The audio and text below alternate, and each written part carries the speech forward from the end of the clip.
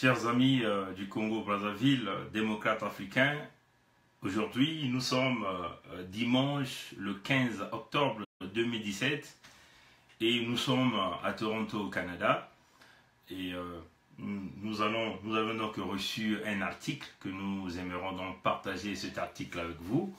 Mais tout d'abord, permettez-nous de voir s'il y a quelques amis en ligne que nous pourrons donc inviter à vouloir participer avec nous dans cet article. On va voir un peu si on va essayer d'inviter pas mal des amis qui peuvent donc nous suivre à décortiquer cet article que nous venons donc de recevoir. Donc permettez-nous juste quelques instants.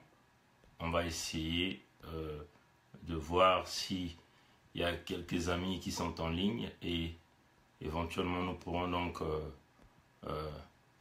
se partager les idées par rapport à cet article. Donc, rapidement, je le fais. Je vais voir ceux qui sont en ligne, donc je suis en train de le faire. Voilà. Un instant s'il vous plaît. Donnez-nous juste quelques secondes et nous allons voilà, nous sommes en train d'inviter quelques amis, donc vous allez donc nous permettre quelques secondes pour éventuellement se connecter avec pas mal de nos amis qui ont l'habitude de nous suivre pour se partager cette grande idée qui est éventuellement la lutte de la démocratie au Congo-Brazzaville, éventuellement la destruction planifiée de ce pays par le sanguinaire criminel Denis Sassou Nguesso. Et donc nous sommes en train de voir ici avec tous ceux qui ont l'habitude de nous suivre de pouvoir certainement, s'il y a des amis qui ont quelques questions, nous allons donc essayer de répondre à quelques questions, ou encore ceux qui voudront donc contribuer à notre conversation de ce dimanche. En ce moment-là, ils pourront donc aussi donner certains de leurs idées.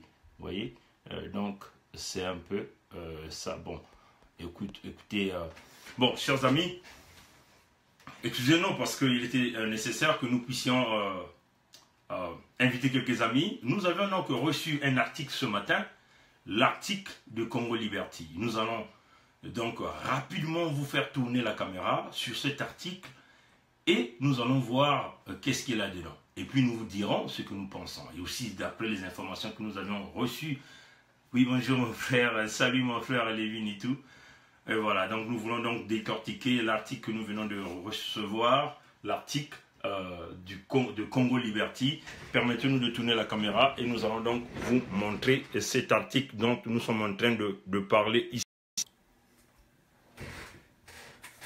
Voilà, on dit Sassou Nguesso veut vendre les terres arabes du Poul et du Grand Nyari aux Ougandais et aux Rwandais.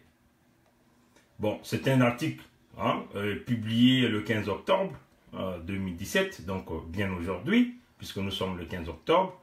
Et si nous essayons de lire l'article, on nous dit « Le Rwanda veut acquérir les terres agricoles au Congo.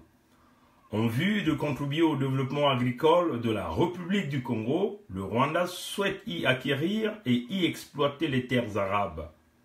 L'idée a été exprimée par l'ambassadeur rwandais au Congo, Jean-Baptiste Aibieramana, au cours d'une audience avec le ministre congolais des Affaires foncières et du domaine public, Pierre Mabiala.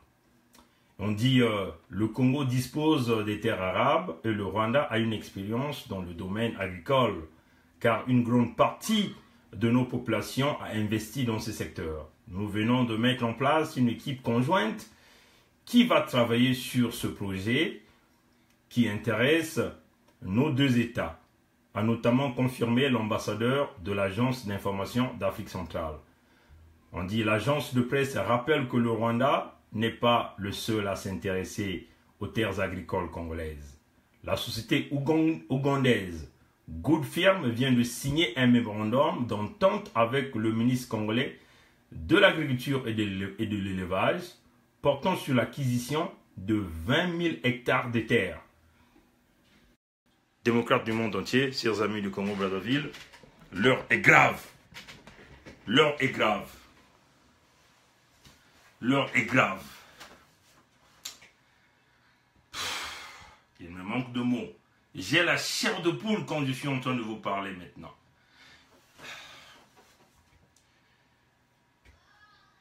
Il me manque de mots quand nous lisons ce genre de choses. Démocrates du monde entier, ce que vous devez comprendre, c'est que premièrement, les Congolais, c'est des grands travailleurs. Les Congolais, c'est des grands agriculteurs, c'est des grands dans le domaine agricole. Les Congolais ont des compétences dans ces domaines. Deuxièmement, les Congolais n'ont jamais eu les moyens nécessaires pour pouvoir ramener l'industrie agricole à un grand niveau. Pourquoi? Parce que Denis Sassou Nguesso et le système criminel et dictatorial n'a jamais pensé dans ce domaine. Il a parlé autrefois de autosuffisance alimentaire jusqu'en l'an 2000. Oui, bonjour mon frère Sylvain Senda. Voilà. Bonsoir, voilà. Donc, Sassou autrefois parlait du domaine agricole, de l'autosuffisance alimentaire jusqu'en l'an 2000, qu'il n'a jamais entretenu. Alors que le Congo avait reçu de grandes subventions par rapport à cela. Vous voyez? Oui, bonjour mon frère Edouard Binga. Nous sommes en train de vouloir développer sur l'article que nous venons de lire sur Congo Liberty, où Sassou Nguesso commence à vouloir attribuer les terres arabes du département de Poul et des pays du Niari aux Rwandais et aux Ougandais. Alors, nous sommes en train de vouloir expliquer au monde entier et à tous les démocrates qui ont des soucis sur la situation de notre pays, le Congo, que les Congolais ne sont pas des fainéants. Vous voyez, les Congolais, c'est des grands bosseurs. Vous voyez, à la place de pouvoir donner des équipements, du matériel consistant aux Congolais pour qu'ils puissent exploiter leurs terres eux-mêmes, Denis Sassou Nguesso, dans le plan machiavélique de la destruction du Congo, a déjà pensé, a déjà tout programmé. Après Denis Sassou Nguesso, ça sera le déluge. Donc le plan, il est clair. Vous avez vu, Mwamba, déjà Clément Mwamba, dans la conférence de presse qu'il a parlé le 10 octobre, il parle déjà des taxes foncières qu'il veut vouloir récupérer. C'est-à-dire, leur plan, il est clair.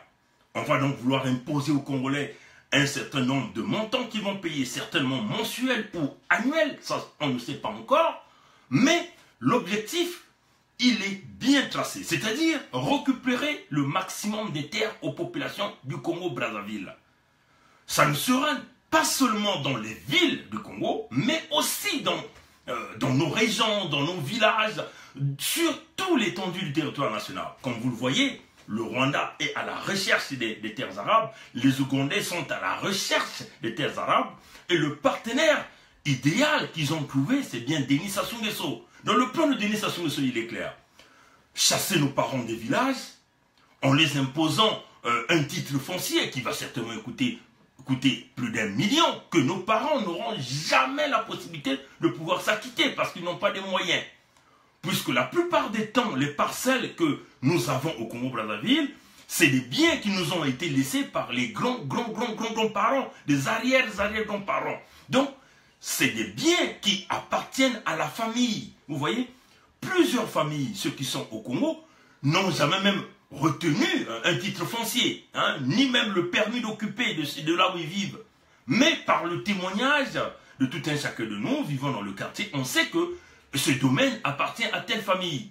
Vous voyez que Pierre Mabiala, quand il était, bien avant qu'on Sassou le ramène au ministère de la Justice, il a été d'abord toujours le ministre des Affaires foncières. Vous voyez, Pierre Mabiala a déjà commencé à faire la guerre aux propriétaires fonciers. Vous voyez, et quand même que ces propriétaires fonciers ont amené de la documentation en bonne et due forme, toute la documentation a été contestée par Pierre Mabiala. Donc, le danger est déjà parti de là. Et, comme vous venez de voir, selon les accords qui commencent déjà de se faire entre le Rwanda, c'est encore Pierre Mabiala qui fait partie du coup. Donc, le plan de destruction du Congo établi par Denis Sassou Nguesso ne va pas se limiter seulement au pillage des ressources naturelles, qui éventuellement, que nous parlons beaucoup plus ici, du pétrole, ou encore du bois congolais, ou encore de l'or, les diamants, de tout ce que nous pouvons contenir sous notre sol. Mais là, il veut maintenant s'attaquer au Congolais le plus pauvre, c'est-à-dire même le paysan qui vit au fin fond du pôle, au fin fond des départements et des pays du Niari, au fin fond des plateaux, au fin fond de la Likwala. Nous sommes tous aujourd'hui des victimes d'un système, si et seulement si les Congolais ordinaires n'arrivent pas à comprendre l'enjeu. Vous voyez? Parce que la perte des terres, vous voyez, la terre que Dieu nous a donnée, que nos grands-parents nous ont laissée, c'est l'unique, vous voyez, endroit que nous avons. Aujourd'hui, tous nous vivons dans la diaspora, mais nous avions un pays qui nous appartient. Nous avions quelque part les terres qui nous ont été léguées par nos ancêtres, qui nous appartiennent. Et c'est cela, le Congo-Brazzaville. Mais là, nous avons un homme qui a un seul plan. Éventuellement, récupérer les terres pour les gérer et le faire de ces terres sa propriété.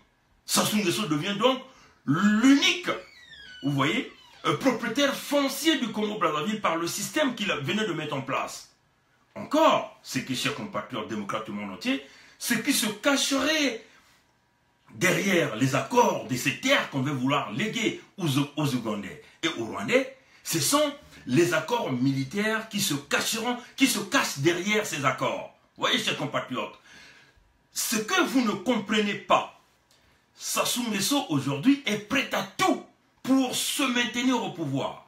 Il est prêt à brader tout le Congo, à occuper les terres du Congo. Mais ce qui est grave, c'est éventuellement ce qu'ils n'ont pas pu dévoiler aux yeux du monde entier. Le contrat militaire, les accords militaires qui se cachent derrière la prise des terres congolaises par le Rwanda et l'Ouganda. Démocrates du monde entier, pour ceux qui ne savent pas, en Afrique, nous prenons par exemple l'Ouganda. L'Ouganda est un pays qui fabrique ses armes lui-même, qui fabrique ses munitions lui-même. Vous voyez, par le biais de l'accord de récupération des terres, il ne s'agit pas ici que les Ougandais vont venir acheter des terres, mais il y a des échanges militaires. Qu'est-ce qui arriverait dans ces terres que les Ougandais, les Rwandais vont occuper? Nous allons donc arriver à la situation que nous sommes en train aujourd'hui de vivre au niveau de la République démocratique du Congo. L'occupation. Nous nous souvenons de la crise qui est partie de la République démocratique du Congo, c'est lorsque Kabila père est arrivé avec des forces militaires rwandaises pour libérer la République démocratique du Congo. Malheureusement, il n'a pas su se maîtriser. Aujourd'hui, nous sommes au pire. Nous parlons ici de l'envahissement de la République démocratique du Congo. Dans le cas du Congo-Brazzaville, qu'est-ce qui va arriver? Ça serait des communautés, des Rwandais, des Ougandais qui vont donc occuper les pays du Niari, dans des vastes zones. On va essayer de nous miroiter l'idée qui consiste à l'exploitation agricole. Mais en réalité, les exploitations agricoles, ça sera des camps où nous verrons en même temps des agriculteurs et en même temps nous verrons aussi des militaires, des camps militaires, éventuellement des occupants, de ceux-là qui vont venir pour prétendre passer à l'activité agricole, mais ça sera des camps militaires qui seront là aussi pour mater, vous voyez, tout mouvement de répression qui pourront se réaliser dans nos départements où les terres seront occupées. Démocrates du monde entier, ces camps ne servira pas seulement pour l'agriculture, mais aussi pour la protection d'un certain pouvoir, c'est-à-dire garantir le pouvoir de Denis Sassou Nguesso, garantir, si vous voulez, la lignée de Denis Sassou Nguesso au pouvoir au Congo-Brazzaville. C'est cela, la vraie vérité, la vraie version. Et aussi, vous voyez, faire subir, vous voyez, ces populations du Sud, là. Parce que, il faut le dire, hein, il faut être objectif, hein, il faut vraiment ouvrir grandement les yeux pour comprendre qu'est-ce que Sassou Nguesso est en train de cacher dans ce plan qu'il a préparé, le plan de destruction du Congo. Vous voyez? Donc, ça a commencé par éventuellement la destruction du département de Poul, où vous avez vu tous les villages ont été détruits. Le département de Poul, on peut dire quasiment est vide. Vous voyez? Éventuellement, vous voyez là l'opportunité des terres. Vous voyez? L'opportunité des terres. Donc, il a libéré une très grande zone fertile qu'elle va vouloir ramener les Rwandais. Mais les Rwandais ne viennent pas, et les Ougandais ne viennent pas seulement pour l'activité agricole. Ils viennent aussi pour des activités militaires, pour protéger le pouvoir de Denis Sassou Nguesso. Vous voyez, le Congo est en train de partir dans une direction inconnue. Et c'est seulement si, nous les Congolais, on n'ouvre pas les yeux et on ne se lève pas comme un seul homme pour pouvoir sauvegarder notre État. Aussi, les pays du Niari, quand nous savons les pays du Niari, nous parlons ici de la Bwenza, de la Lekumu, du Niari d'une manière générale. Mais ça sera aussi une façon de pouvoir faire taire toutes ces populations dans ces jeunes, dans le cas où ils vont vouloir se lever pour s'opposer contre cette idée. Vous voyez, à la place de Denis Sassou Nguesso, s'il était réellement un homme qui aimait le Congo, il allait donc chercher à avoir des entretiens avec les Congolais, demander les besoins des Congolais, et puis éventuellement financer les Congolais dans des projets, dans des micro-projets ou des macro-projets qui considéraient donc à pouvoir booster l'activité agricole au travers les départements. On pouvait par exemple le faire au travers les préfets de chaque département, créer des départements véritables pour pouvoir booster les activités agricoles dans ces départements. Non, à la place, qu'est-ce que l'homme fait? Il fait venir donc des étrangers. Les étrangers là, sera pour lui, premièrement, la protection militaire, deuxièmement, des potentielles sources de vote. Ça sera des gens que nous, Sassou Nguesso, le système PCT, utilisera éventuellement pour continuer de renflouer les listes électorales au niveau du Congo-Brazzaville. Donc vous voyez, l'homme est en train de créer ce que nous avions autrefois parlé, en anglais ça s'appelle le shield, c'est-à-dire une barrière de protection impénétrable par l'ennemi. C'est cela que Sassou est en train de faire. Maintenant, ce que nous ne comprenons pas, c'est tous ces Congolais qui sont tout autour de Sassou Nguesso. Comment tout ce monde-là ne sont pas en train de comprendre là où le Congo est en train de partir? Parce que quand Clément Mamba dit que le pays est debout et le pays c'est là où il est en train de partir, éventuellement c'est cela, le plan de la destruction. Vous voyez, ils ont pillé l'économie, ils ont pillé toutes les richesses, ils ont détruit les écoles, ils ont détruit le système de santé.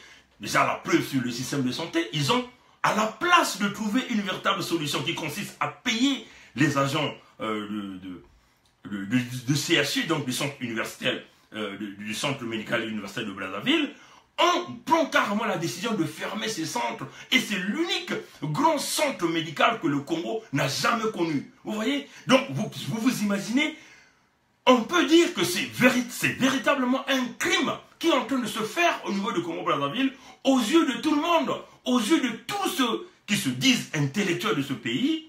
Et personne n'est capable de pouvoir refuser de pouvoir prendre une décision véritable pour arrêter le plan de destruction de Denis Sassou Nguesso. Démocrate du monde entier. Souvenez-vous, il y a trois choses. La protection militaire pour Denis Sassou Nguesso, pour continuer de se rassurer de son pouvoir. Deuxièmement, les troupes qui viendront dans ces départements, sous prétexte de faire l'activité agricole, vont donc être utilisées comme des potentielles sources pour des listes électorales, pour le système parti congolais de travail. Troisièmement, il y a la pollution, éventuellement, dans cette exploitation à grande échelle, pour surtout des étrangers qui n'ont jamais le souci général de ce pays. Ils vont s'en foutre éperdument. Ce qui va se passer, c'est qu'il y aura une pollution à grande échelle, et cette pollution partira par, éventuellement, ça va affecter les cours d'eau au niveau du département de Poul, au département de la Bwenza, de la Lekumu du Niari. Éventuellement, ça va donc arriver au niveau aussi du département de Kwilu. Parce que nous savons, avec le système hydrologique du Congo, que tout ce système est communicant. Démocrates du monde entier, les amis du Congo-Brazzaville, c'est avec peine que nous présentons cet article que Congo Liberté venait de dévoiler. Mais nous voulons ici attirer l'attention aux intellectuels congolais, ceux qui sont dans ce système. Tous nous sommes en train de voir le plan de destruction de Sassou. Comment Sassou est en train d'évoluer petit à petit à briser le Congo, à détruire le Congo.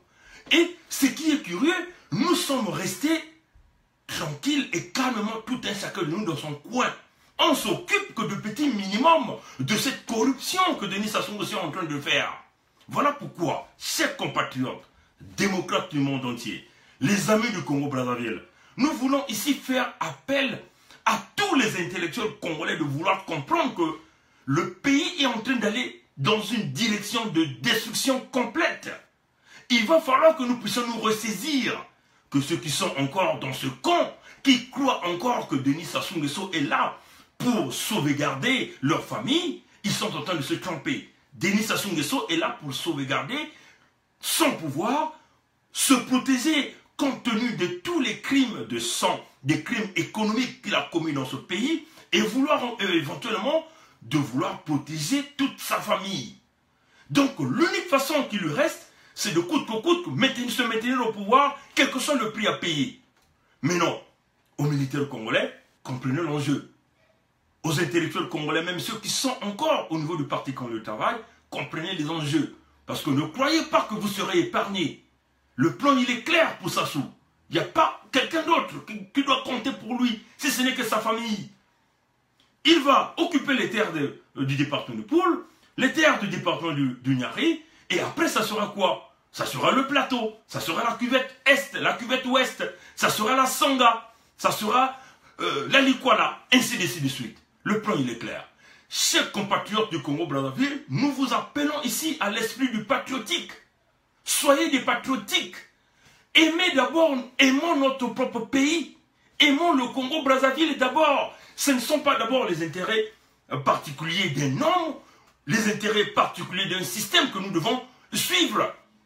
Le Congo, il est assez riche, mais nous sommes en train de vouloir donner la richesse aux étrangers, à ceux qui ne appartiennent pas à ce pays-là. Vous voyez?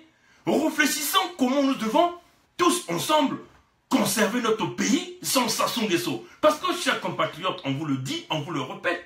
Voilà pourquoi nous maintenons le cap. Parce que dans notre vision, dans notre recherche, partout où nous sommes passés, c'est le même message qu'on nous revient.